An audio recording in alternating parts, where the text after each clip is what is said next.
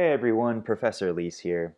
In this video, I'm going to walk you through the process of accessing a couple of key databases using Long Beach City College's library. So here we are at the homepage for Long Beach City College, the website. We need to get to the libraries page specifically. There are a couple of routes you can take, but the route I'm going to take is clicking on Academics.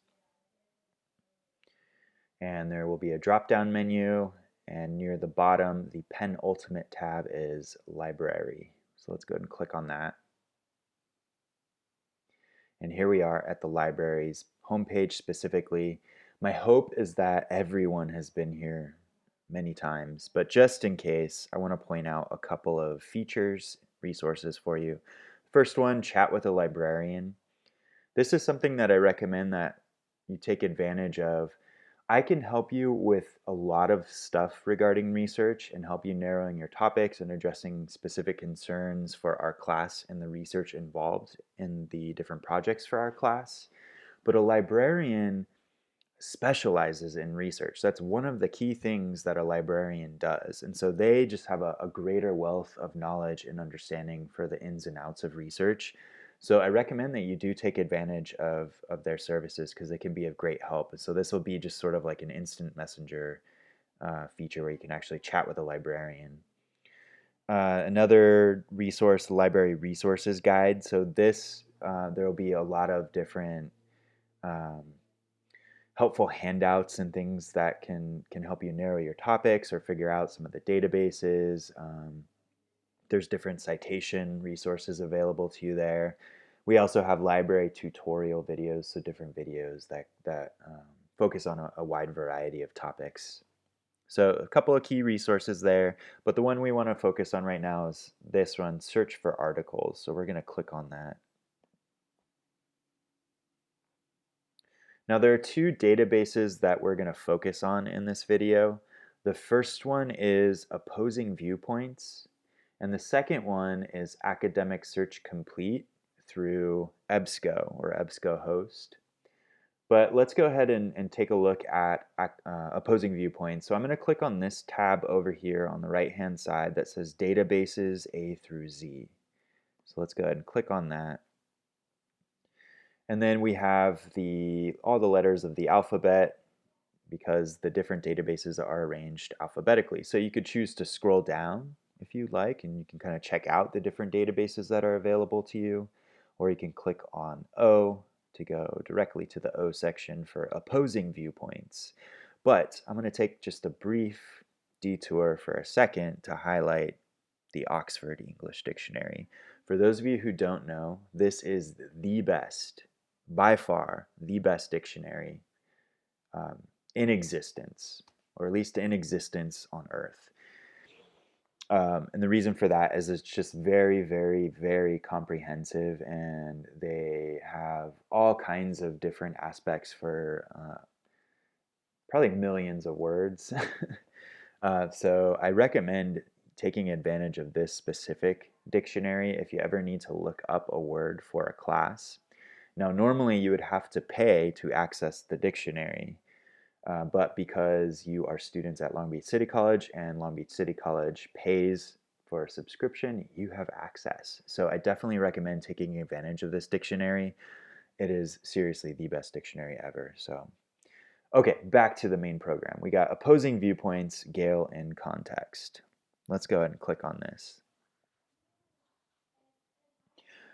Just a side note, if you're following along, you'll notice that the computer prompted you to enter some credentials in order to get into the database. I already did that step, so it bypassed it because I'm already logged in.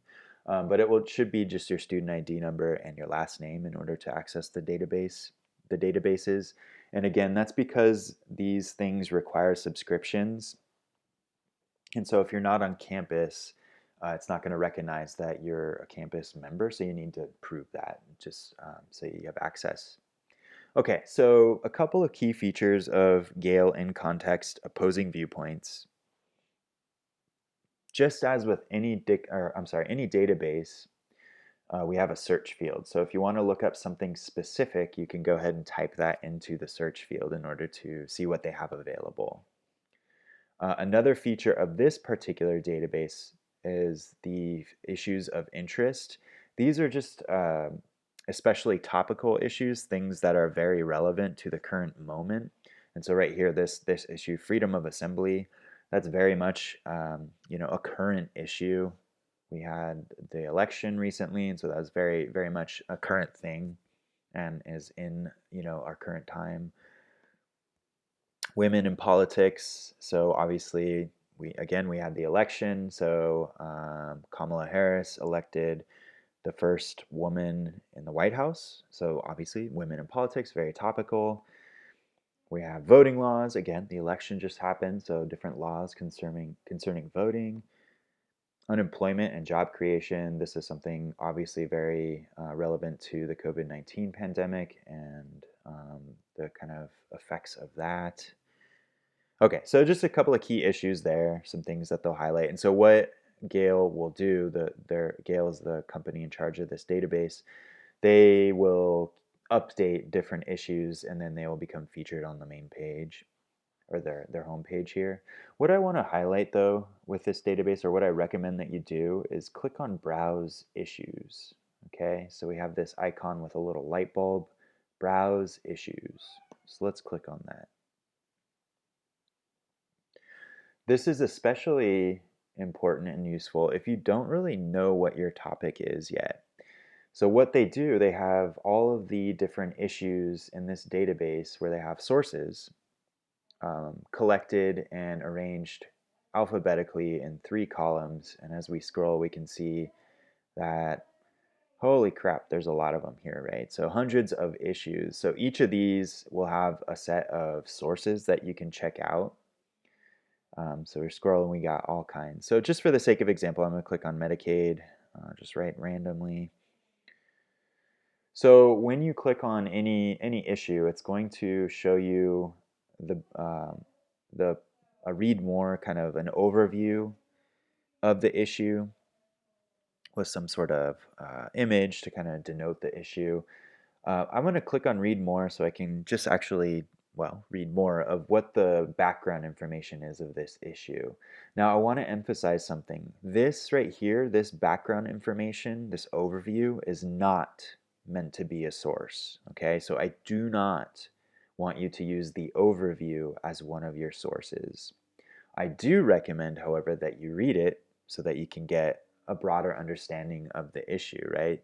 So it's really important that you provide yourself with all of that context and the background information for a given issue so that you can understand it more broadly. You can see the different perspectives that are involved, the different people or organizations that might be involved, so that you have that broader perspective of the issue as a whole.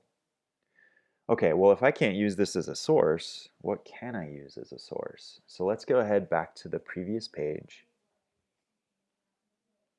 So I'm going to scroll down now and I see, oh, okay, look at all these. We have a wide range of different sources available to us. So as I mentioned, Opposing Viewpoints is a database that provides many different perspectives on any given issue. And so right here, this one says featured viewpoints, and then in parentheses it says has a number 7. That means that there are 7 different sources in this particular section with different perspectives on this issue.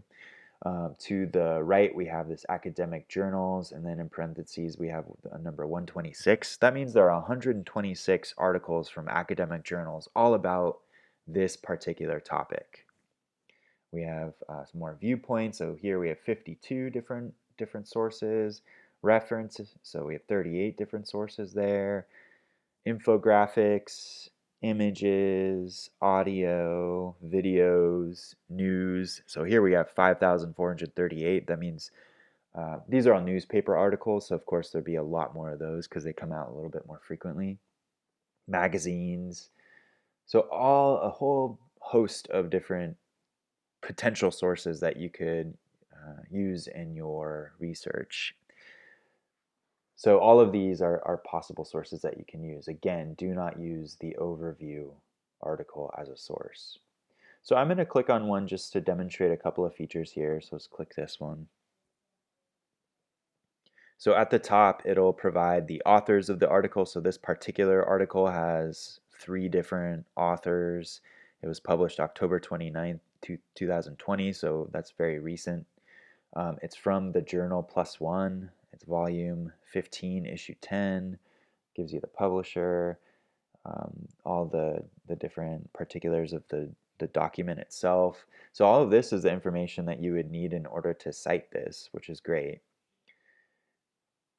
So you can go ahead, some of the articles will have what's called an abstract, and that's just a fancy word for summary. So you can go ahead and read the abstract to see if it's a source that will actually be useful for you.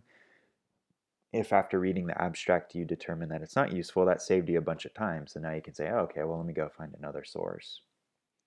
But it'll include the full source there, the full article, so you can go ahead and read that once you determine that it's something that will be useful for you. So a couple of other things I want to point out that are particularly useful. So say you do read the article or you read some of it and you know that this is one that you want to use in your essay or your research. What you can do, there's some things to save the article that will make your life a lot easier.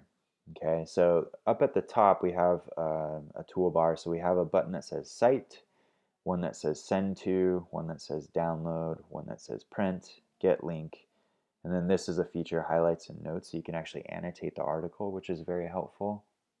I'm going to click on Send To. So you have a few options. You can send it to a couple of different places. You can send it to your Google Drive. So if you use Google Drive and you'd like to collect the article there, that's an option for you.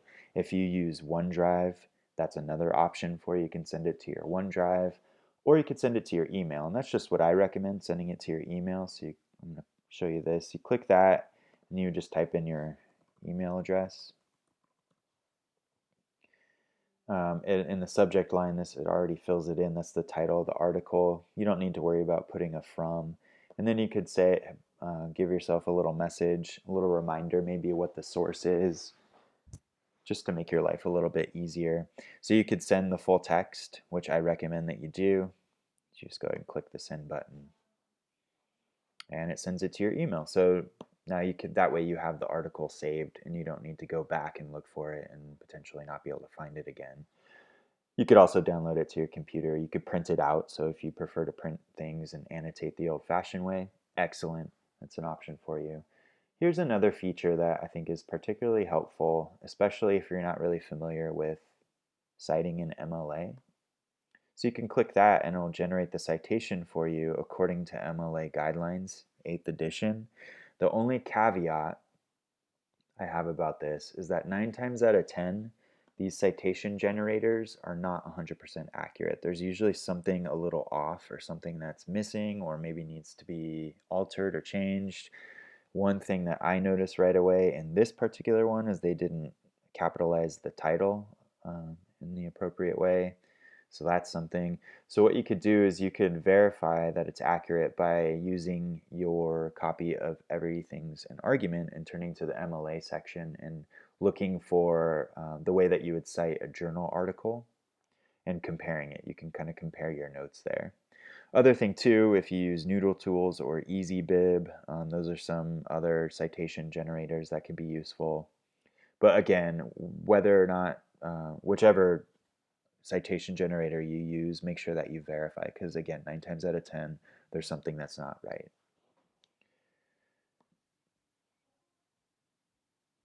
Okay, so I am actually going to end this video before I begin talking about EBSCOhost, just to kind of keep things more manageable. But before I do that, let's go ahead and go back to the Browse Issues page. So something to keep in mind, so I was looking at Medicaid right here, but you might also say, okay, well, I did want to focus on that, but I want to see if there's other sources that I can find in related issues. So there might be something in the Medicare section that might be related, or you could find if there's, okay, medical care, obviously there might be something related in there. So you could scroll through and see, are there other related topics or issues that you might be able to check out to help you find more sources. So that's something to keep in mind. You'll want to look to see things that look for things that are related. Excuse me, because that can help you find more sources and broaden your range of different ideas that you might include. Okay, so like I said, I'm going to go ahead and end this video, but I'm going to pick it up discussing EBSCOhost Academic Search Complete specifically, so please stay tuned for that because that's doubly important.